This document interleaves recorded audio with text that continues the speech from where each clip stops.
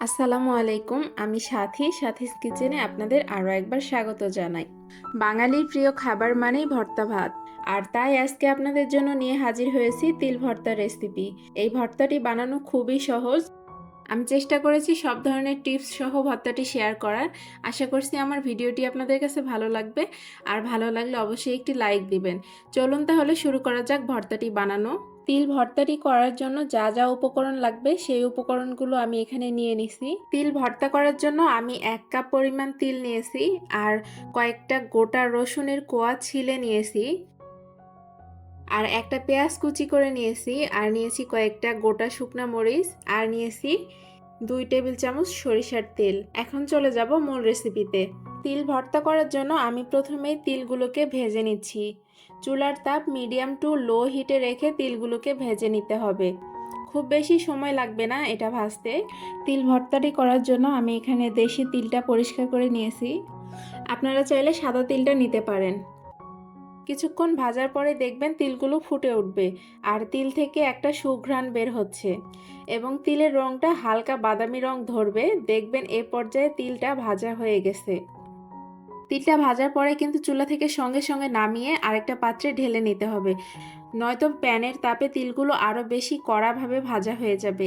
তার আগে এটাকে অন্য জায়গায় নামিয়ে রাখতে হবে। এখন তিলগুলোকে চুলা থেকে নামিয়ে নেব। তিলগুলোকে লালচে বা কড়া করে ভাজা যাবে না, তাহলে কিন্তু ভর্তাটা খেতে তিতা লাগবে। তিলটাকে ভাজার পরে আমি এটা চুলা থেকে নামিয়ে একটা পাত্রে ঢেলে রেখে দিচ্ছি ঠান্ডা হওয়ার জন্য। তিলগুলো ওপাশে ঠান্ডা হতে থাকুক, আর আমি ততক্ষণে বাকি উপকরণগুলো ভেজে নিই। এবার আমি রসুনের কোয়াগুলো হালকা বাদামি বর্ণ করে তেলের মধ্যে ভেজে নিচ্ছি। রসুনের কোয়াগুলো ভাজা হলে এগুলোকে আমি এক সাইডে উঠিয়ে রেখে দিচ্ছি, আর এবার আমি শুকনো মরিচগুলোকে তেলের মধ্যে ভেজে নিব। শুকনো মরিচ দিয়ে ভর্তাটা বানালে কিন্তু খুবই টেস্ট হয়। আপনারা চাইলে কাঁচা মরিচ দিয়েও এই ভর্তাটা তৈরি করতে পারেন। ভর্তার জন্য সবগুলো উপকরণকে আমি ভেজে নিয়েছি।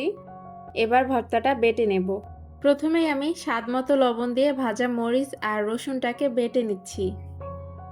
ভর্তাটা আমি পাটাতে বেটে নিব। আপনারা চাইলে ব্লেন্ডারেও বাটতে পারেন, তবে ব্লেন্ডারে বাটতে গেলে কিন্তু ভর্তাতে পানি ইউজ করতে হয়। পাটাতে বেটে ভর্তা করলে আপনি একদম ভর্তার সেই আসল স্বাদটা পাবেন। মরিচ আর রসুনগুলোকে বেটে নেওয়ার পরে আমি এখানে দিয়ে দিচ্ছি সেই ভেজে রাখা তিলগুলো।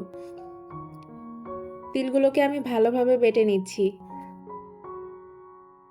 তিলটা বেটে নেওয়ার সময় কিন্তু আপনি কোনো পানি ব্যবহার করবেন না।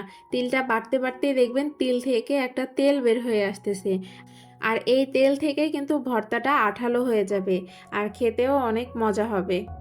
সবগুলো উপকরণ বেটে নিয়েছি। এবার আমি এর মধ্যে সেই আগে থেকে করে রাখা পেঁয়াজ কুচিটা আর সরিষার তেল দিয়ে ভর্তাটাকে মেখে নিচ্ছি। ব্যাস তৈরি হয়ে গেল আমাদের সহজ আর মজাদার তিল ভর্তা। এই ভর্তাটি সাদা ভাতের সাথে খেতে কিন্তু ভীষণ মজা লাগে। আশা করছি আমার আজকের রেসিপিটি আপনাদের কাছে ভালো লেগেছে, আর ভালো লাগলে অবশ্যই লাইক, কমেন্ট অ্যান্ড শেয়ার করবেন। আর সহজ এবং মজার সব রেসিপি দেখতে চ্যানেলটি সাবস্ক্রাইব করে নিতে পারেন। সবার সুস্থতা কামনা করে এখানেই বিদায় নিচ্ছি। আল্লাহ হাফেজ।